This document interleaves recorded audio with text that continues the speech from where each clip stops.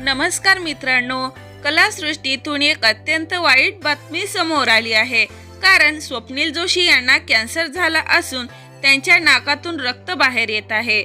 तर चला जाणून घेऊया काय आहे सविस्तर माहिती.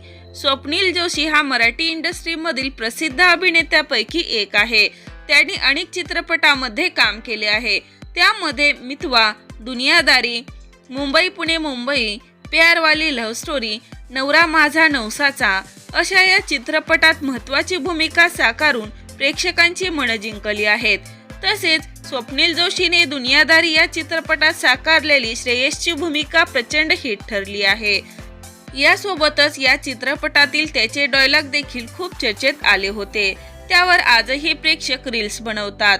तर स्वप्नील जोशी यांना खऱ्या आयुष्यात कॅन्सर झाला नसून त्यांनी दुनियादारी या चित्रपटात श्रेयसला कॅन्सर झाला म्हणजेच स्वप्नील जोशी यांनी या चित्रपटात कॅन्सर झाल्याची भूमिका साकारत सतत नाकातून रक्त बाहेर येत असल्याचे दिसत होते. तर मित्रांनो, स्वप्नील जोशी खऱ्या आयुष्यात सुखरूप असून त्यांना कोणत्याही आजाराचा कसलाच त्रास नाही.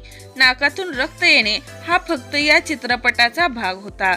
तर मित्रांनो, स्वप्नील जोशी यांचा कोणता चित्रपट तुम्हाला आवडतो? लाईक कमेंट करून नक्की सांगा. तोपर्यंत धन्यवाद.